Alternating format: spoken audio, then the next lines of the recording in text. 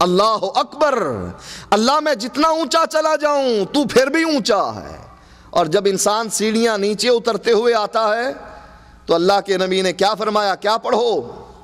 سبحان اللہ، اللہ میں نیچے جا رہا ہوں تنزل کی طرف، لیکن اللہ تو اس سے پاک ہے، تو پھر بھی اونچا ہے۔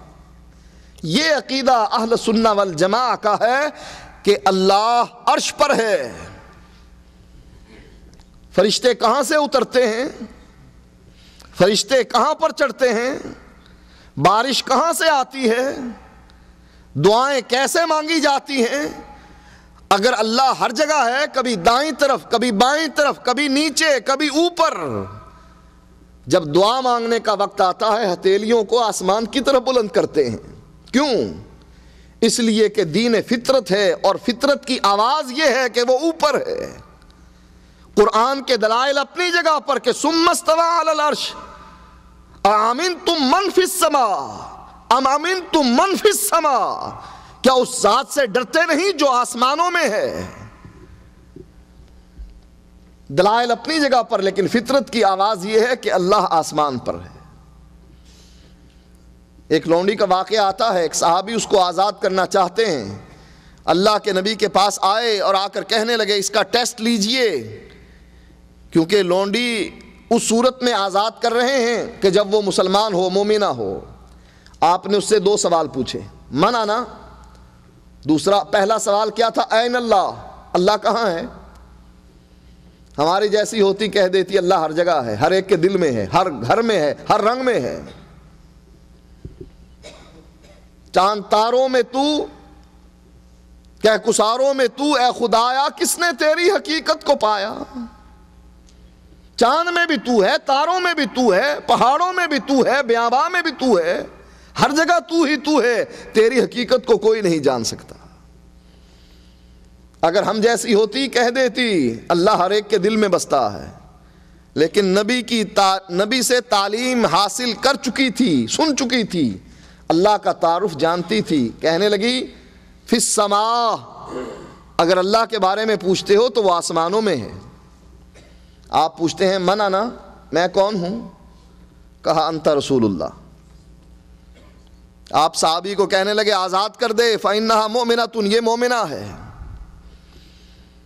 مومن کے لیے سب سے پہلا سوال قبر میں بھی یہی ہوگا، رب کے بارے میں سب سے پہلا سوال من ربو کا، اور ایمان لاتے ہوئے بھی سب سے پہلا سوال تؤمن باللہ، آمنت باللہ، اشہد ان لا الہ الا اللہ۔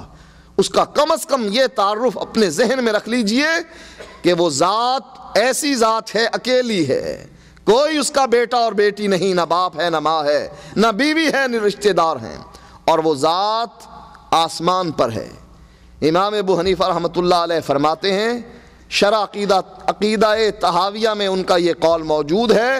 آپ فرماتے ہیں جو یہ کہے کہ مجھے پتہ نہیں کہ رب کہاں ہے، آسمان میں ہے کہ نہیں، امام صاحب فرماتے ہیں فَهُوَ کافر، وہ کافر ہے، دائرہ اسلام سے خارج ہے۔ جو یہ کہے کہ اللہ آسمان میں نہیں، مجھے پتہ نہیں ہے۔ کہتے ہیں کیوں کافر ہے؟ کہتے ہیں اس لیے کافر ہے، اللہ خود کہہ رہا ہے ثم استوى علی العرش، اللہ عرش پر مستوی ہے، اللہ کہہ رہا ہے اور یہ کہتا ہے مجھے کوئی پتہ نہیں کہاں ہے۔ یہ ایسا عقیدہ ہے کہ امام ابو حنیفہ بھی اور باقی ائمہ بھی اسی عقیدے کی تعلیم دیتے رہے، اللہ کے نبی بھی اسی عقیدے کی تعلیم دیتے رہے، اللہ نے بھی قرآن میں اسی عقیدے کا تذکرہ کیا۔ ہمیں بھی چاہیے کہ ہم اللہ سے دعا کریں کہ اللہ ہماری موت بھی اسی عقیدے پر آئے۔ وآخر دعوانا الحمدللہ رب العالمین۔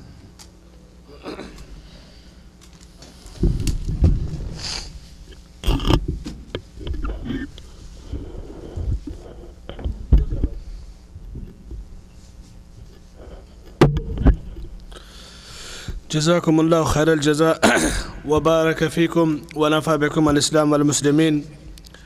محترم دوستوں اور ساتھیوں، اہل سنت والجماعت کے عقائد پہ ڈاکٹر صاحب نے قدر اختصار سے لیکن بڑے ہی جامع انداز میں وضاحت فرمائی۔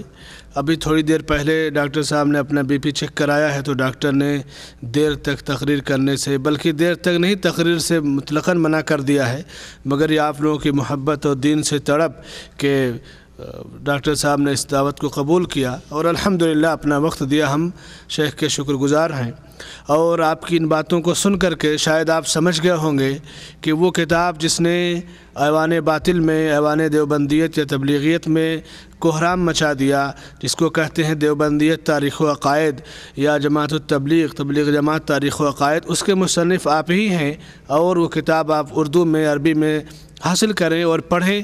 اسی طرح سے کیا فقہ حنفیہ قرآن و سنت کا نچوڑ ہے، اسلامی عقیدہ، اس موضوع پہ ڈاکٹر صاحب نے تو حدیث میں پی ایچ ڈی کی، لیکن آپ کی کتابیں بتا رہی ہیں کہ آپ نے فقہ میں بھی الگ سے پی ایچ ڈی کی ہے، گرچہ اس کی ڈگری آپ کے پاس نہ ہو، لیکن الحمدللہ اس قدر عبور اور ملکہ ہے۔ ہم اللہ سے دعا کرتے ہیں کہ اللہ تعالیٰ ڈاکٹر صاحب کے علم سے امت مسلمہ کو فائدہ پہنچائے۔ اب دور ہمارا شروع ہوگا سوال و جواب کا۔ آپ لوگ اپنے سوالات پیش کریں، انشاءاللہ ان کا جواب دیا جائے گا۔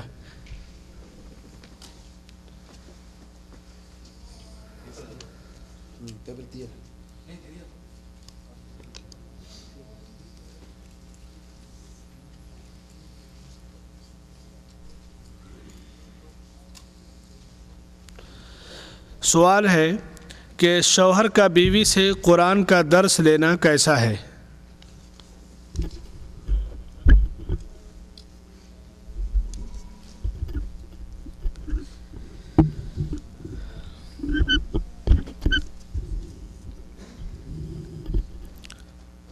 اگر بیوی عالمہ ہے اور شوہر جاہل ہے، اس کو علم نہیں، تو اگر وہ اپنی بیوی سے قرآن پڑھتا ہے، اس کا درس لیتا ہے، تفسیر سمجھتا ہے، تو اس میں کوئی حرج نہیں، کیونکہ یہ غیر محرم نہیں ہے اس کے لیے، اس کی آواز اس کے لیے حرام نہیں ہے، تو یہ اپنی بیوی سے درس لے سکتا ہے، اسباق پڑھ سکتا ہے۔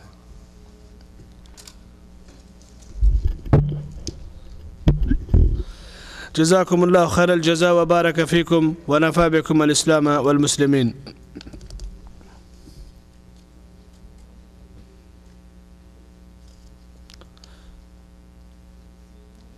سوالات آپ بھیجیں جلدی سے تاکہ وقت کے اندر کارروائی ختم کی جا سکے۔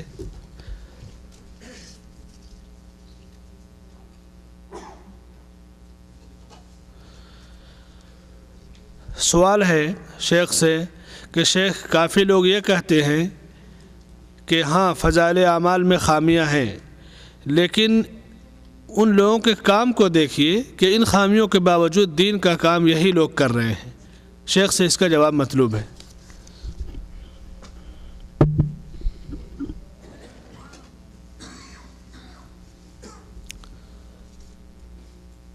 اگر ایک مریض ڈاکٹر کے پاس جائے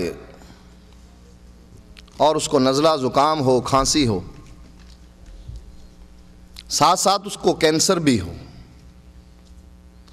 اور وہ علاج کروائے ان چھوٹی بیماریوں کا اور چھوڑ دے بڑی بیماریوں کو، اور کہے اس کی صحت دیکھو کتنی اچھی ہے، اس کا جسم دیکھو، ڈیل ڈول دیکھو کتنا قوت والا ہے، صحت مند ہے، اور کینسر اس کو دیمک کی طرح اندر سے چاٹ رہا ہے، یہ کہنا کہ جماعت تبلیغ کا کام دیکھو، خرابیاں ہیں فضائل اعمال میں، خرابیوں کو نہ دیکھو۔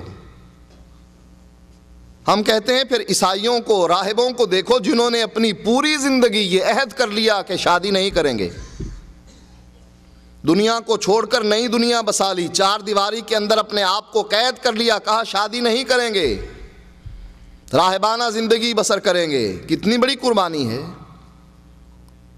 وہ عیسائی جو دل میں درد رکھتے ہیں، انسانوں کا ہی نہیں جانوروں کا بھی رکھتے ہیں، کتنی خدمات ہیں انسانیت کے بارے میں ان کی۔ کہہ دیا جائے ان کی برائیوں کو نہ دیکھو، ان کے اس عقیدے کو نہ دیکھو کہ یہ کہتے ہیں کہ عیسیٰ اللہ کا بیٹا ہے، مریم اللہ کی بیوی ہے، خرابی ہے، اس کو چھوڑو۔ یہ دیکھو کام کتنا کر رہے ہیں، ہسپتال نہیں بنا رہے، سکول نہیں کھول رہے، سڑکیں بنا کر نہیں دے رہے، رفع عامہ کے کام نہیں کرتے، کنویں کون کھدواتا ہے، نلکے کون لگواتا ہے ہمارے ہاں، ان کے عقیدے کو نہ دیکھو، برائی ان کے کام کو دیکھو۔ ہم کہیں گے پاگل، ان کا